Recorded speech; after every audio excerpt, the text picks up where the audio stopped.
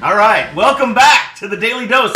I'm going to assume that everyone has started, has begun, is now working towards their goals, their dreams, their ambitions for 2014.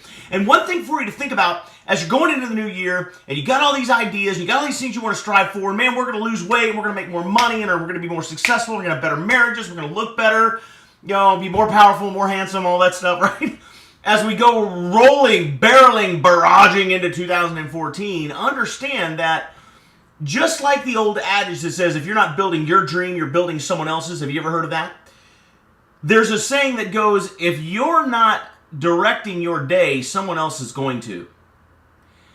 And what that essentially means is that if you haven't already decided what you're going to do with the time that you have allotted in a day, if you haven't already prioritized your time and your direction for that day, someone else is going to come along and determine for you how you're going to spend your day. And if you think that's not true, take a look at what happens to you at work or at home or on a weekend or on a Sunday, right? How many times have you gotten up on a Sunday or on a Saturday and said, you know what, I'm going to get this done, this done, this done, this done, this done, and you planned out the whole day, and the spouse came in and goes, oh, honey, I need you to, and you're like, my bucket is full, I got so much to do, and you went boom, boom, boom, boom, boom, and you got everything done throughout your day, and you went to bed that night going, I got it all in. As opposed to days where you might have said, man, I got a lot of things to do. I got a lot of things on my plate. But you didn't say, I'm going to get this done, then this done, then this done. And you didn't have a plan of attack for your day. And so you got up, and then, the honey comes in and says, hey, baby, we got to, this or that. And you're like, oh, I got to take care of this. And then the phone rang, and it was Dad. And Dad wanted to talk about the trip, and they I got to look for plane tickets for that, and you got on there, you do that, and then it was lunchtime, and the wife wants to go get, okay, so we're going to take off and go get lunch, and then on the way back, she says, the daughter's bike really needs fixing, so maybe we should stop by, and do you see what happens here? By the time it's 10 o'clock that night, and you're like, where did my day go? Like I got nothing accomplished. I was busy all day, but I got nothing done. And that's because if you don't decide how you're going to spend your day, someone else is going to decide for you. And that's called priorities. That's called knowing what your priorities are and then putting your time and attention there.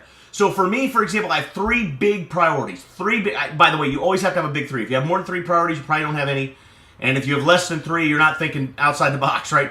You need to have three priorities. My three priorities are very, very simple. There's a business and wealth goal that I have for myself and for our financial success this year. I have a health and wellness goal for myself for this year. And I also have a personal goal to do something and finish writing my book this year. So I've got these big three priorities. And what I do is I make sure that I put 80% of my time that I have available to me into those three priorities. 80%.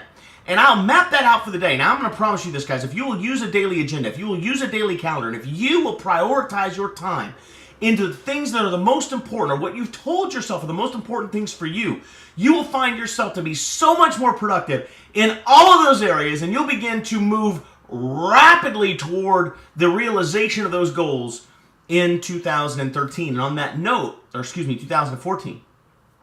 And on that note, you remember the daily discipline tracker, the daily tracker that we talked about several months ago? I want you to know that I kept that daily rhythm register for 52 weeks. And I laid out a list of about 13 goals for 2003.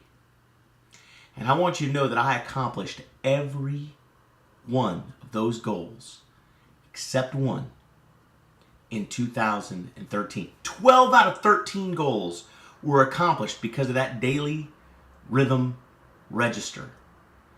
And that is an example of prioritizing and deciding what you're going to do with your time before somebody else comes along and tries to steal it from you.